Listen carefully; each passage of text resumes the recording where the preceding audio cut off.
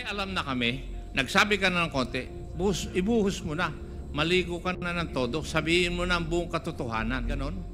Kasi yung pagtatrabaho ninyo, it's no longer service for the country and people. It is service for profit. Mr. Chair, first, maaari pong nagkamali po ako sa pagkaintindi ko. Pasensya na po sa taga-AMLA. I apologize po, sir. And you apologize to this committee because this is an open hearing.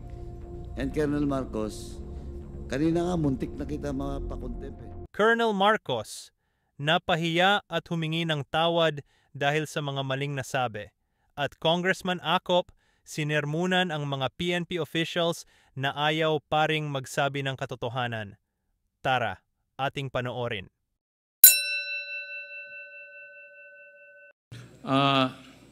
Pedea, ang sabi po ninyo, may listahan na noong July 2016. Yes, Your Honor. Yes, and whose list was that? It is the PRRD list, Your Honor. And then, would it be safe to presume na itong listahan na ito ay galing sa CIDG? Honestly, in our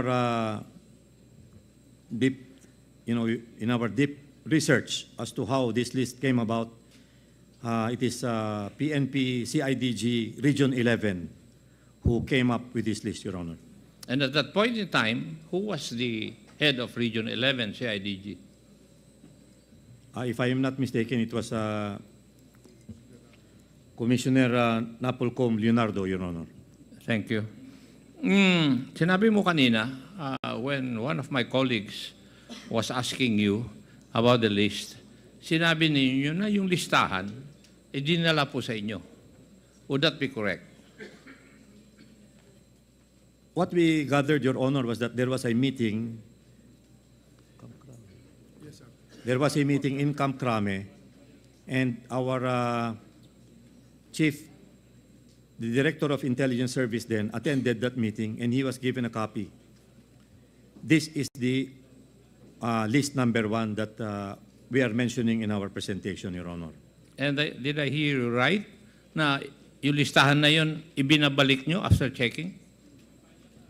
Yes, Your Honor. That was the story that we got from the... Bakit kailangan yung ibalik yung listahan na binigay sa inyo?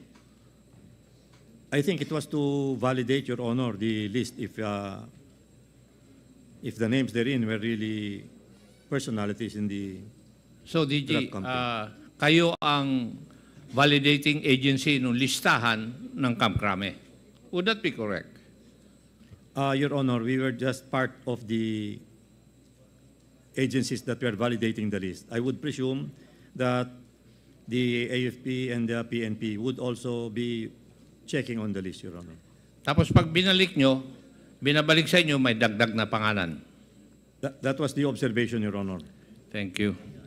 Now, General Ernia. Yes, sir. You're now the NCRP commander, but you were formerly the head of the Directorate for Personnel and Records Management. You're correct, Mr. Chair. Yes.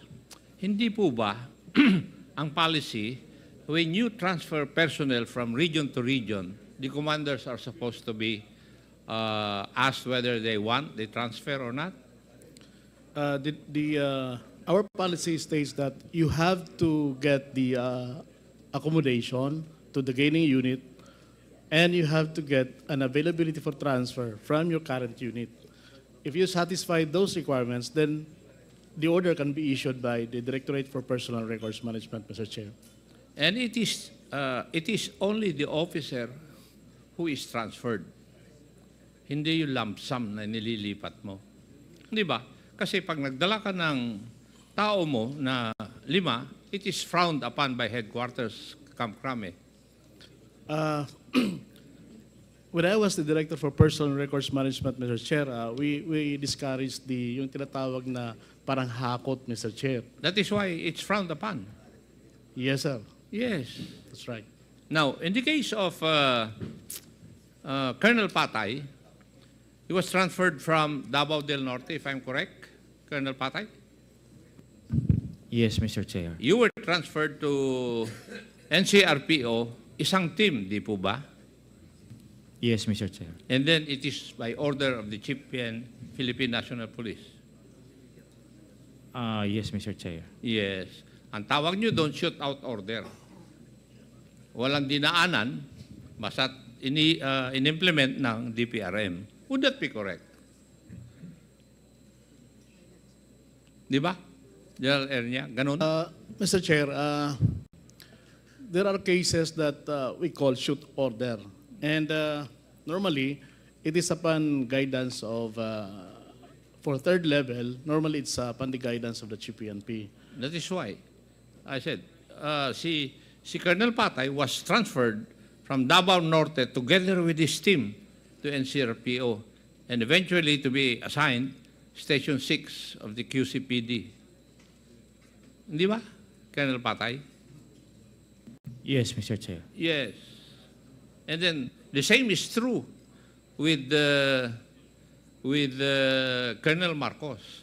Insofar as CIDG is concerned, he was brought and assigned to Region 11 CIDG together with his team. So kung titingnan mo yung mga movements, talagang may plano. Di ba? There's a plan na ganun ang mangyayari. And maybe that is the reason why yung si Colonel Pitalio ay na-assign sa Laguna, na-assign sa Rizal. Now, DG Lasso, can you provide this committee the areas where extrajudicial killings involving drug or drug-related killings were rampant in this country?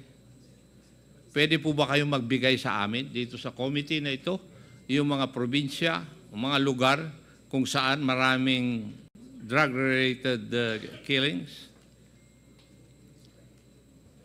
Your Honor, we can do that, but respectfully, I would like to seek the help of the PNP by providing us the details of the 6,252, the data on the persons who died during anti-drug operations, totaling to 6,252. Why? Because of this number, only 173 was initiated by the PIDEA and 1 was initiated by NBI. 6,085 is attributed to the PNP, Your Honor. And out of the 6,000 plus, ilan po yung high value targets, ilan yung users lang, at saka ilan yung pushers pursuant to the Tokhang operations? Your Honor, we do not have that data with us. We will try to distinguish the victims as to how they were categorized, Your Honor. Thank you.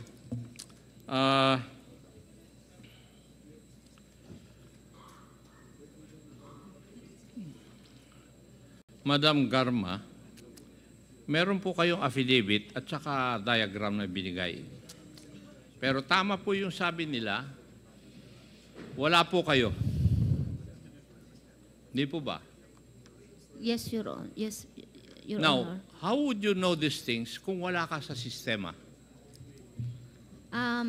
Nung pong umpisa po na inaayos po ni Sir sa CIDG, yung mga ganyan po, since friends ko rin naman sila, and parang nalaman ni Sir Leonardo din na kaya siya ang na-mention dahil po nagtanong sa akin si Presidente, nagkukwento po siya. And pag nandun po ako sa opisina, nakikita ko yung movement. So lahat ng impormasyon mo tungkol dito sa war on drugs na nakalagay dito yung sa iyong affidavit at saka dito sa diagram na binigay mo, galing po lahat ito kay Colonel Leonardo in your meetings with him? Yes, Your Honor, and yes po. And yung experience din nila sa ground as Hindi, na... kasi experience nila sa ground. So in other words, sa lahat ng bagay, hindi po kayo kasama pero karamihan sa detalye ng operation ng war on drugs, alam po ninyo. And yet, you say, hindi ka kasama sa sistema. Alam ko po, Mr. Chair, kasi po, kami po din sa ground, nakakahalubilo ko yung R2 namin, yung mga operatiba, yan po pinagkukwentuhan. And there was a briefing na pagkausap ko siya, si Sir Leonardo, nakukwento niya yung level, sana ba yung level 1 na yan? Hindi, dahil pag level 1, ano lang yan, ordinary, nag-explain siya. I cannot recall na lang po yung specific amounts po sa lahat. Okay. Nag-explain po siya sa akin. On that day, you said that you were called by the President. Dalawa lang kayo nag-usap. Yes, Your Honor. Tapos, hindi mo inaamin dito sa amin sa previous hearing na hindi ka malakas kay Presidente Duterte. I don't... Hindi ko alam kung malakas. Yeah, I think so, Mr. Chair, na... Ngayon, inaamin mo na malakas ka sa kanya. Because I can see from the scheme of things, tatatlo lang naman yung opisyal na malakas. Nandun sa level na mataas, malakas kay Presidente. Ikaw, si Colonel Leonardo, at saka Senator Bato de la Rosa. All the other officers, PNP officers, assigned in Davao, nasa ilalim pa nga ninyo eh. Tama? Kasi, Madam Garma, all the signs are there na malakas ka kay former President Digong. Kasi, sa isang ceremony sa Malacanang, where generals of the Bureau of Jail Management and Penology, Bureau of Fire Protection, and the Philippine National Police, naka-white duck silang lahat eh. At ikaw lang ang colonel, lieutenant colonel, na mapropromote sa full colonel in blue attire. Yes And po. the President gave you special attention, and yet, you are very brave and blatant to say na hindi ka malakas kay former President Duterte. I would have cited you in contempt then because you were lying. Pero now that you are cooperating, aaminin mo ba ngayon? Yes, Mr. Chair, I have... Mabuti, inaamin mo. Ngayon, insofar as the question of the Honorable Fernandez is concerned, whether you have romantic ties with the President, I leave that to the imagination of the Honorable Fernandez. Hindi na ako magtatanong doon.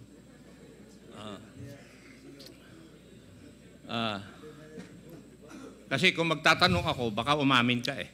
Kaya ayaw ko na rin. Oh, sa totoo lang. Baka umamin ka. At anyway, yung binanggit mo na pangalan, Romel Bactat, Rodel Serbo, Michael Palma, they were all members of CIDG. Yes, Your Honor. Yes, Mr. Chair. And how did you come to know them? I was assigned with CIDG 2005 to 2008. And how So- did you know their specific assignments vis-a-vis Colonel Leonardo? Sinasabi po nila eh. Sino nagsasabi? Sila po, sir. Kung nag-ipon-ipon, sir. Okay. And ma-observe mo naman sa movement, paki-encode mo to, ganon. Makikita mo, okay. So, pag pulis po, chismosa po tayo. So, nagtatanong po tayo, Mr. Chair. Kaya ako Kaya po, nalaman nagtataka, ko po. Madam Garma, alam mo ang sistema, yung general structure at saka flow ng communications at saka flow ng monetary considerations, pero hindi ka kasama sa sistema. Hindi ako makapaniwala doon, Madam Garma. Now, itong si Bactat, Serbo, and Palma were already dismissed, I think, this year, right? Yes, Mr. Chair. Sa dami ng kaso nila. They Yes. were dismissed administratively because of the administrative cases filed against them. Would that be correct? Yes, Mr. Chair. Yes. Now, dito sa diagram, kilala mo ba lahat yung mga tao na nandito? Dito sa ginawa mo? Opo, Mr. Chair. Except for alias Muking? Sir, I was really trying to recall her first name talaga. Honestly, Pero I kung cannot. first name, in other words, you knew her last name. Espino or Spina, I wasn't sure. Pina-research ko rin po yung kagabi, hindi ako nabigyan ng sagot po. That's why it's a public knowledge naman And when you say Muking. How did you siya come po. to know that the money came from her office going to a certain Mr. Pedro Parungo? Sinabi po ni Pedro, sir, yung pong sinabi ko na kumakamot siya ng ulo, sabi ko, oy, bakit? Sagot niya sa akin, problema ako, ma'am, kasi marami ng pera pumapasok sa account ko, nasisita na ako. O, saan galing? Galing kay instruction kunin, pinapadala ni Muking. Yun po ang sinabi niya sa akin po. We have questioned the former Commissioner Leonardo in the previous hearings that we have had.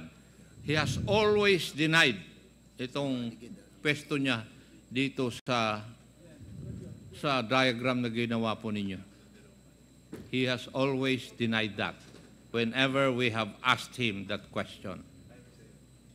And now, here you are stating na siya pala ang paymaster. Now, who is telling the truth between you and Colonel Leonardo? I am telling the truth, Your Honor. You are saying the truth na siya talaga ang paymaster. Yes po. Pero hindi mo alam na ang codename niya ay Eagle no tinanong ka ni Juan, ni Hindi. Honorable Rods Gutierrez. Hindi po ako, kasi codename ang ginagamit nung talagang directly involved po. Hindi po kasi ako na, kaya hindi ko alam na Eagle po. Well, alam mo Wala yung akong mga transaction sa kanya. sistema eh. Ako nga, wala ako sa sistema. Alam ko yung codename na yan eh. Di ba? Yes po. Honestly speaking, I didn't know po na Eagle siya. Ang codename po niya. Alam mo, Madam Garma, sabi ni, I learned this from our chairman, si Chairman Ace Barbers. Nabasa na yung paa mo, maligo ka na. Yun ang sabi ni Chairman Barbers. Ang ibig niyang sabihin, may alam na kami, nagsabi ka na ng konti, ibuhos mo na. Maligo ka na ng todo, sabihin mo na ang buong katotohanan. Kasi, as far as this representation is concerned, hindi mo pa sinasabi lahat.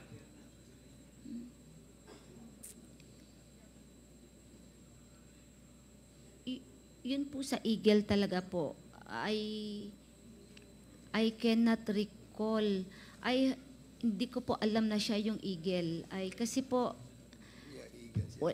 code ang ginagamit ng mga nasa ground, but ako I don't use Eagle. I don't know kung sinong Eagle nga po eh. Now, Sir. you have also stated in your affidavit na yung mga ibang opisyal, hindi naman lahat, na nakaka-deliver, yun ang terminology mo, ay nabibigyan ng reward ni Colonel Leonardo. Do you still cling to that statement of yours? Ang sinasabi ko po, Mr. Chair, hindi po directly binibigay. Sometimes may na-assign na dun idadaan, tapos siya magdi-distribute. May ganung setup po na nangyayari. Ibig Meron mo sabihin din po- may ina-assign si Colonel Leonardo na tao para magbigay? Yung Ay- ba ang ibig mo sabihin? Hindi ko po alam kung siya nag-assign or may nag-volunteer, I don't know. But what I am aware po is merong dun ibibigay, tapos yung officer na yun ang magbibigay dun sa chief of police or whoever is yung may trabaho. Meron pong sistema din po na rekta sa kanya. Tapos irerekta din na ibigay. So it depends po kung ano yung naging arrangement sa kanya. Kung Yun po yung Kung yung understand. provincial director ang nag-accomplish o nag-deliver, paano ang paraan para siya ay nabibigyan ng reward? pwedeng diretso yung PD sa kanya or may inassign po yung PD to communicate dun po sa tao niya. Pwede pong ganun. Depende po sa arrangement na gagawin po nila. Your Pwede Honor. rin hindi dadaan sa regional director? Yung PD? Pwede rin po yun, Mr. Hindi, Chair. tinatanong kita. Yung, May ganun hindi pong yung pwede ang Ah. gusto kong sagot eh. Kasi, yun nga yung sinabi ko, nabasa na nga yung buong paa mo, ayaw mo pang maligo eh. May ganun pong pangyayari po. Pwede po, depende po sa naging arrangement po ng officer sa ground sa kanya. Kasi ang arrangement is siya po nagde-decide eh. Would it be correct, Madam Garma, na si Colonel Leonardo was in charge basically sa mga na-assign na mga magdi-deliver sa CIDG at si Senator Bato de la Rosa would be in charge doon sa Special Operations Group ng mga regional and provincial offices? Would I be correct? Hindi po eh. Ang alam ko po, kay Sir Leonardo lahat po diretso. Kanino? Kay Sir Leonardo po lahat diretso. Diretso? Yes, sir. Yung mga nagkli-claim? Even SOGs po. Ang Kay pagkakaalam Colonel ko Leonardo lahat tumidiretso? Opo. Or meron po na dedicate na officer na dun ipadaan yung pera tapos siya magdi-distribute. And you stand by that Yun. on your honor? Yes, Mr. Chair. Yes. Now, Colonel Patay, Yes, Mr. Chair. ikaw ba ay nakakobra? Wala po, Mr. Chair. Sa MOA lang po ako at saka sa PADS, Mr. Chair. Kasi marami pong personnel sa Station 6, sumabot ng mula 300 hanggang 600. So, 1,390 po yung ano namin. Wala po akong ano doon, Mr. Chair. No? Wala po akong natatanggap doon, Mr. Chair. Doon sa mga napatay dito sa Quezon City. Wala po, Mr. Chair. So, what you're trying to tell us is, Madam Garma is the one lying. Hindi ko po alam yung ganun, Mr. Chair. Ganun, yung mga schemes na ganun. Galing mo. Kasi po, Mr. Chair, di ba po ako nasa ng Davao City, Mr. Chair? Hindi porket hindi ka na-assign sa Davao City, hindi mo alam yung scheme na yan. It's not logical. Di ba? Bakit ako? Hindi ako na-assign sa Davao, pero alam ko na ngayon. No, following your logic, Colonel Patay. Mr. Chair, ngayon ko lang rin narinig yung mga ganyan na nag-confirm si Colonel Garma. Isang conclusion lang yung nangyari. Di ba, Colonel Pitalyo? Nabukulan. Sir. Di ba? Doon sa linggo ninyo, Yes, sir. nabukulan. Parehas kami siya ni Colonel Patay. Na nabukulan ka rin. Yes, sir. How about you, Colonel Grijaldo? Nabukulan ka rin?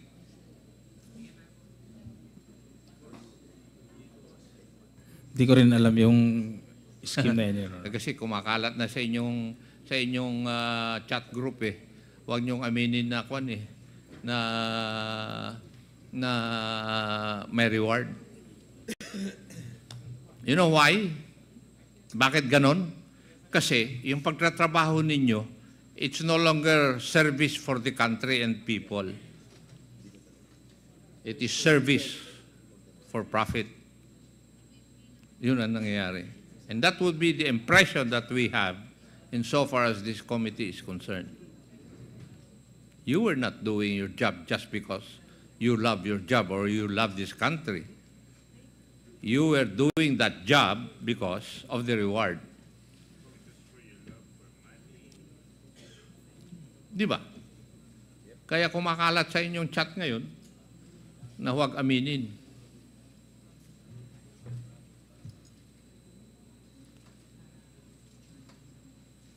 Pero mas naniniwala na ako ngayon kaysa sa inyo kay Madam Garma. Kasi at stake na yung buhay niya eh.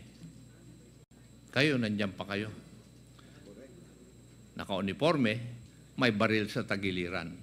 But in the case of Madam Garma, tama yung sabi niya kanina. Takot na siya. Marami pong salamat, Mr. Chair. Thank you, Congressman Akop. Meron lang akong gustong i-confirm muna kay Colonel Marcos. Hindi ko ma-imagine kasi yung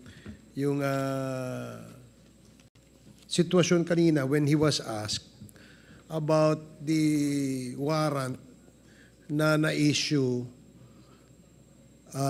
ng isang judge sa Samar. No? May I know ano yung... is that a search warrant or a warrant of arrest? Search warrant po, Mr. Yun ang Chair. in-issue ni Judge. Opo. Search warrant. Search warrants po. And earlier, sinabi mo kasi, inutusan mo si SPO4 Laraga ba yun? Laraga? Police Major Laraga po. He was Police Major din, sir. I heard you said kanina na you ordered Major Laraga to arrest si Mayor Espinosa. Why would you make such an order? Hindi lang siya arestado, nakadetain na siya eh. So bakit ano yung what was the logic behind that order? The main purpose of the search warrant, sir, is because of the... No. Yung arrest order that you ordered Major Laraga to implement. Sinabi mo kasi kanina, sabi mo, I ordered Major Laraga to arrest Mayor Espinosa. Di ba nakadetain na siya? Yes, sir. But if we will have a positive result on based on the implementation of the search warrant on illegal drugs and possession of firearms, we will also arrest him to file another case. Because it would be a separate case doon, sir, na nakakulong po siya. Kasi ibang kaso po yun, sir. So every time na merong I am sure no when you served the search warrant, nag-coordinate kayo sa BJMP ng Albuera. Ng Albuera ba anong jail yun? By sub-provincial jail, sir. Yeah, but you've coordinated with them, correct? Hindi po. Ang coordination po namin doon lang po sa Baybay City Police Station, sir. City Police Station. Yung po ang coordination hindi namin. ba protocol or SOP na magko-coordinate kayo with the provincial jail warden at saka syempre yung mga jail guards? Yung po sana, sir, ang normal procedure. Kaya lang po, based po doon sa validity sir ng search warrant at doon sa intelligence information that some of the jail guards are already involved on the, kumbaga, nasusuhulan na po doon sa drug trade, sir. So, we would think if we will coordinate, baka, sir, ma-clean up, sir, yung lugar, wala kaming abutan doon. So, by not coordinating with them, kasi ang feeling nyo, sila ay may connection dun sa Drug trade, sir. drug trade sa loob. Kaya doon kayo sa police nag-coordinate. Yes, sir. And Yes, when you yes, sir. entered the jail, the provincial jail, kanina narinig ko, sinabi mo that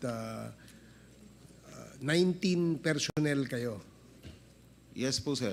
Not all CIDG. Meron pong maritime group po kami kasama. Lahat ba yung 19 na pumasok sa jail nakasuhan?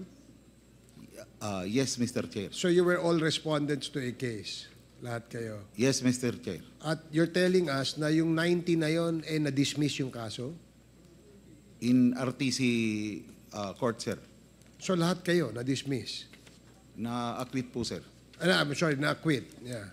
Yes, Mr. Chair. Okay. Kasi it's still a puzzle to me kung bakit nagkaroon ng order na magkaroon pa, kailangan pa pala ng search warrant sa loob ng kulungan, no? Isa yon. Di ba normally ang ginagawa nyo, oplan galugad, di ba? Gagalugad, meron kayong info dun sa loob. Hindi naman kailangan na ng search warrant. Yes, Mr. Chair. We do that also in our jail facilities. Sa CIDG, the Oplang Golugad, it is also a normal procedure on BGMP and Bucor, sir. And if it's a normal procedure, yung galugad, ba't nangailangan pa kayo ng search warrant? Based po sa justification ng provincial officer ko, si Major Laraga, he was holding an intelligence information pertaining to the drug trade on his deponent. So, dinala po niya yung pag-file ng search warrant doon sa judge, na-convince po niya yung judge na mag-issue ng search warrant para i-search po yung facility.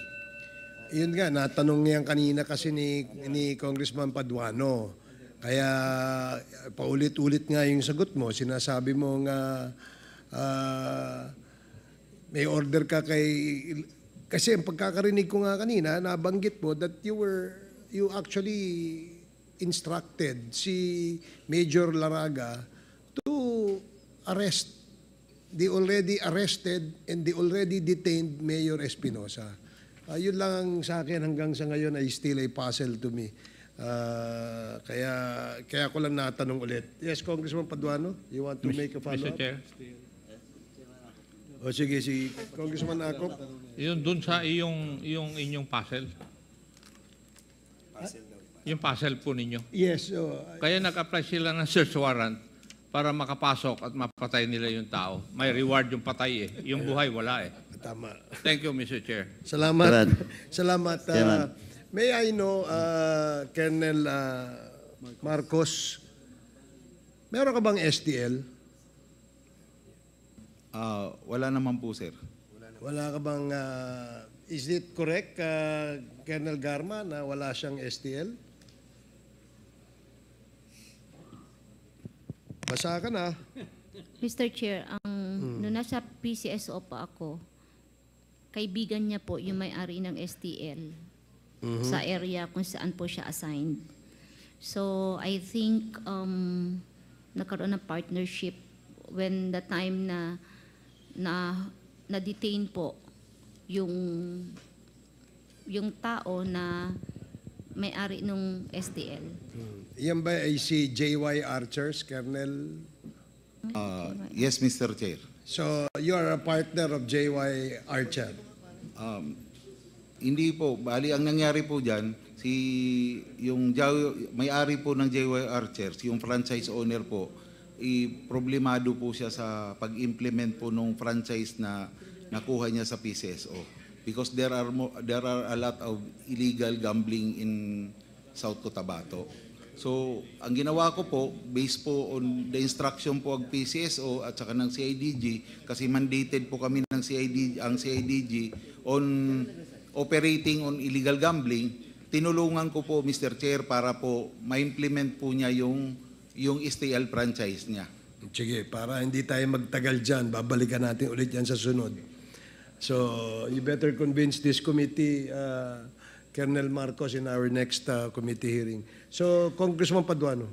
Chairman, just a rejoinder with regards to the issue being tackled just this afternoon doon kay Colonel Marcos. Colonel Marcos, kasi na-establish na yun, di ba? May jurisprudence na with regards to Supreme Court ruling, na walang compelling reason to apply for such warrants dun sa jail. Na-establish na yun. And second is question of deponent, no? Establish na rin yun.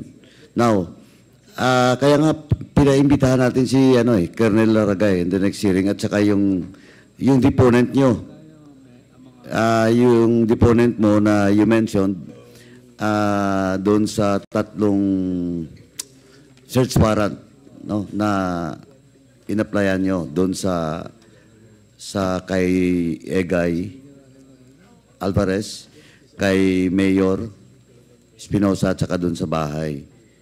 So para malinaw tayo doon, this will be a lesson to everyone na hindi pwede yun. At saka establish na yun, question of deponent, dapat may direct knowledge. Wala siya doon sa kulungan. Paano anong intel report na sa pinagsasabi niyong deponent has dapat may direct knowledge. Now, balikan ko lang po yung 5.1 billion ni Kerwin Espinosa as alleged by Colonel Marcos kanina po. Alam mo, Colonel Marcos, pinatawag ko talaga yung sinasabi mong tao from the AMLAC na nakausap mo. He's not a lawyer. Yung isa po lawyer, but a year ago, wala na po sa AMLA. Ngayon, nandito po, yung isang tao, nakausap mo rin si Mr. Art Bacoli. Mr. Art Bacoli, kindly take the seat. Para tapusin na natin to. Colonel Marcos. Yes, Mr. Chair. Now, Mr. Art Bacoli, are you still with the AMLA? Yes, Mr. Chair. I have not taken you out, please. Not yet, sir. Chairman, can we... Comsec, please administer his oath. Sir, please raise your right hand. Do you swear to tell the truth, the whole truth, and nothing but the truth in this public inquiry, so help you God? Yes, sir. Thank you. Okay, thank you, Mr. Chairman. Please, kindly state your name and your circumstances with the ALMA. I am Mr. Artemio Baculi, Financial Investigator of the Anti-Money Laundering Council, sir. Thank you. Have you met Colonel Marcos in Leyte? Yes, sir. When was that? September of 2016. Kita mo, Colonel Marcos, mas na-recall niya. Ikaw hindi mo matandaan yung kahit buwan mo lang at saka year. Now, during this afternoon's hearing, Colonel Marcos claimed that there is a 5.1 billion being freezed by AMLA with regards to the properties and cash of Kerwin Espinosa. And that data, as alleged by Colonel Marcos, came from the AMLA when you visited Leyte with Colonel Marcos. Is it correct? No, sir. No. The frozen amount did not reach billion, sir. Sorry. The total amount frozen did not reach billion, sir. Oh, Colonel Marcos. And it was also confirmed this afternoon when we asked the AMLA for the actual data. Maliit po yung kay Kerwin. And now, the person you have met in Leyte is telling this committee that you are not telling the truth. Yung pinakita mo sa akin dito is all about newspaper reports, Inquirer. Mr. Chair, first, maaari pong nagkamali po ako sa pagkaintindi ko. Pasensya na po sa taga-AMLA. I apologize po, sir. Kasi po nung makita ko po yung newspaper clippings, kala ko po yun na po yung whole amount. Yung kasi ang labing lumabas po na news article, GMA, Inquirer, pertaining po sa laundered money na 5.1 billion. So, Attorney, pasensya na po. I apologize. It's okay, Colonel. And you apologize to this committee because this is an open hearing. And Colonel Marcos, kanina nga muntik na kita mapakontempt eh. Inintay na nga ako ni Chairman Akop eh. Dahil dun. I'm sorry, sir. I apologize to this honorable committee for assuming, sir, the figure amount of 5.1 billion. Okay. Personally, your apologies taken. Thank you, Mr. Chair. I do not know from Chairman Akop. Anyway, Chairman, last na lang po. Ito, with regards to Kerel Bilila, pasensya na po. Kasi it's around mag-12 o'clock na po in the evening. So, pasensya po, you will be asked by the members in the next hearing siguro. No? And I just like to, yes, do you want to say something? Thank you, Your Honor. Pasensya na po, pasensya na po. Anyway, ganito lang po, kanina I was so emotional when I especially those PNP officers present in this hearing. Kasi po, nakita niyo na po, si Colonel Garma has executed her affidavit. Kulang pa po. Pero alam nyo, isa-supplement yun ng iba pa. Kaya ako, I suggest, eto, depende sa inyo. Alam ko, sabi nga ni Chairman Akop, kumakalat ng text sa inyo na huwag gumamin doon sa payments. Pero pag may nag-execute ng affidavit, bahala kayo, problema niyo yan. Kasi as of now, may affidavit na kaming hawak. Kaya wala lang tayong time. Next hearing, ipapatawag namin lahat. Kasi kompleto na po kami doon. Kaya nga pati service record nyo, pinakuha ko na, kompleto na kami. Pati yung mga deaths and things related to drugs. But of course, we need an official record from the PDEA. Pero mayroon na po kami. Kaya nga diretso ko sinabi kanina na except for Colonel Bilila, iba yung case niya. Colonel Patay, di ba you committed last hearing during the human rights that you will submit all the list of those personnel that you brought in from Davao to QC? Your Honor, I already mentioned some of the names of... Hindi kompleto yun, Colonel Patay. It was, the other names that I did not mention was mentioned by some of your colleagues. I cannot remember the name, Mr. Chair. You cannot anymore remember? I the cannot names? remember the name of your colleague who mentioned the names of my personnel that I failed to mention during the first meeting. Anyway, First Mr. hearing, Chairman, Mr. Chair. may I ask the COMSEC of the Committee on Human Rights to retrieve all the list, all the names that was mentioned during the hearing dun sa Committee on Human Rights with regards to PNP personnel brought by Colonel Patay in Station 6. Alam mo, Colonel Patay, may mga pulis dyan na mag-testify. Hindi tao, hindi ba tao? Kaya, yun yung sinasabi ko. We don't want to do this, but you have to cooperate. Now, if you don't want to cooperate, wala kami magawa. Diba? We'll be forced to follow our internal rules. Ganon din po sa mga Colonel Grialdo, Pitalio, kay Barandog, tsaka yung sa iba pa kasi next hearing, imbitahan na po namin yung iba pa. Pati mga underclass, nandyan. I hope. But of course, we cannot force you to issue an affidavit, but sabi ko na nga, siyempre, harapin yung consequences. Chairman, thank you. That's all. Thank you, Congressman Paduano. Mr. Chairman, before... The second to the last is... Hindi, ano lang to, briefly lang. Okay. Congressman Fernandez. Kasi sinimulan mo na rin lang, naglilinis na rin tayo. It all started with the PCSO.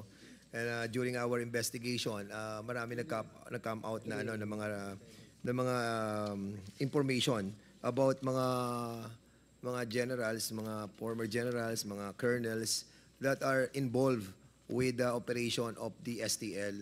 Alam mo, medyo nakakalungkot to that even our PNP officials, members, ay nai-involve sa ating STL. Ang mabigat po, Mr. Chairman, yung STL na legal ay nagkakaroon ng paghahati sa legal at illegal. So, Madam Garma, may tatanong lamang po ako sa inyo. Since na andito na po tayo, nililinis na po natin ang lahat, no? Especially our PNP organization. Ito po ba si Colonel Maristelo Manalo, collector at operator ng STL sa Isabela, Pangasinan, Batangas? Can you please confirm this? Mr. Chair, ang alam ko lang po, yung kapatid po niya, Yung kapatid niya, ang front niya. Sa Pangasinan lang po in Isabela. As to Batangas, hindi ko po alam. Doon sa Grand 888 STL.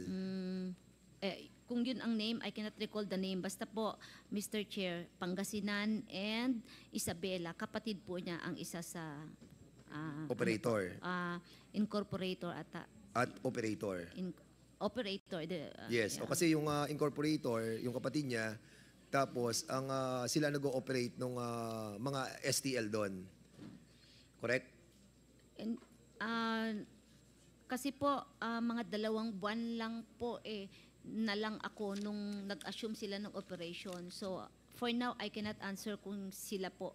Pero kung yan, company na yan po hanggang ngayon ang may hawak po ng Isabela at saka Pangasinan. So, yun po, Mr. Chair. Yung po sa Cebu, si Colonel Ochabe. I'm not aware, Mr. Chair, kasi when I left PCSO, iba po ang operator po ng Cebu. Is that what Cebu, Mr. Chair? Cebu City, Cebu Province po ba, Mr. Chair? Yung pong dito po sa management ng Batangas, Colonel din, resign na siya. Nag-resign na sila. Ito, mga resign na to, ha? Siguro, kaya sila nag-resign dahil nga meron na silang negosyong ganito. Si Colonel Lawrence Cahipe. Mr. Chair, I think it's not during my time po. Iba Pero, po ang may-ari na Batangas during my time po. Pero, nag-ooperate. I just do not know now, Mr. Chair. Si Tony Ong ng Quezon. Kilala mo si Tony Ong? No, Mr. Chair. Candelaria, Quezon? Nag-ooperate din siya ng STL doon. I have not encountered that name during my time, Mr. Chair. Alright. Mr. Chairman, kasi maraming mga list dito and these are the prominent people that I have seen.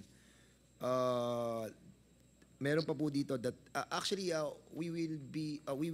we should have discussed this kanina po, but unfortunately yun na nga po, nakatanggap tayo ng affidavit kay Miss Rohina Garma. Kaya the reason why we haven't asked the PCSO and all these officers as well. But rest assured that we will go with that, no? Unless that you have cooperated with all of us. We hope the last man standing is not a woman. Nakakaya. Isa pang babae ang tumayo para manindigan at linisin ang ating kapulisan. We hope. Sana tumayo din po tayo at panindigan na po natin ang katotohanan. Colonel Villela,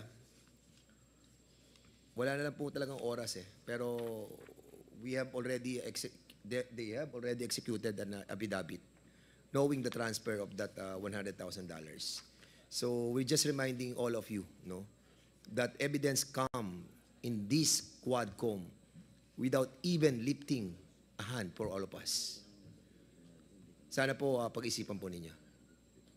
Yun lang po, Mr. Chairman. Maraming salamat po.